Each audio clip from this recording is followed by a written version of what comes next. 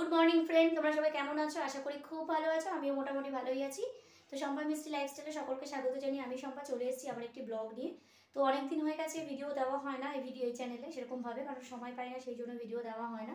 আর তারপরে মানে সেরকমভাবে ভিউজ হয় না, যার কারণে ভিডিওটা দিই না। তো আজকে স্পেশাল দিন, তো আমি ভাবলাম আজকে একটা ভিডিও শেয়ার না করলে ভালোই লাগবে না, মানে হবে না আর কি। তো সেই জন্য ভিডিও আজকে বানাতেই হবে ফেসবুকের জন্য, তাই জন্য ভাবলাম ইউটিউবের জন্য একটা ভিডিও বানাই। তো চলো, আজকে শিবরাত্রি, মানে শিবের মাথায় জল ঢালা। তো এখন আমি স্নান করে নিয়ে এসেছি, দেখো এবার রেডি হবো। নিজের ঘরে ঠাকুরের পুজো দিয়ে দিয়েছি, আমার মেয়েকেও রেডি করিয়ে দিয়েছি। তো রেডি হয়েও দাঁড়িয়ে আছে। তো দেখো ওই যে, কোথায় গেল সোনা, ওই যে।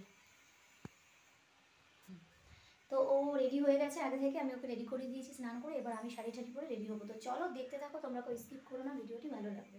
তো ফ্রেন্ড দেখো, রেডি হয়ে গেছি শাড়ি পরে।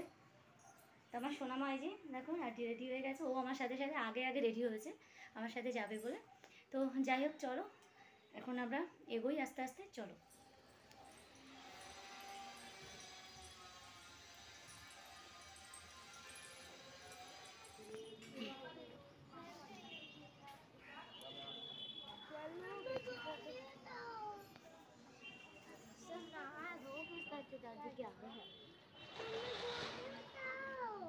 শোনা জুতোটা কোথায়? এদিকে চলে এসো, আস্তে আস্তে চলে এসো, যে জুতোটা নিয়ে আসো।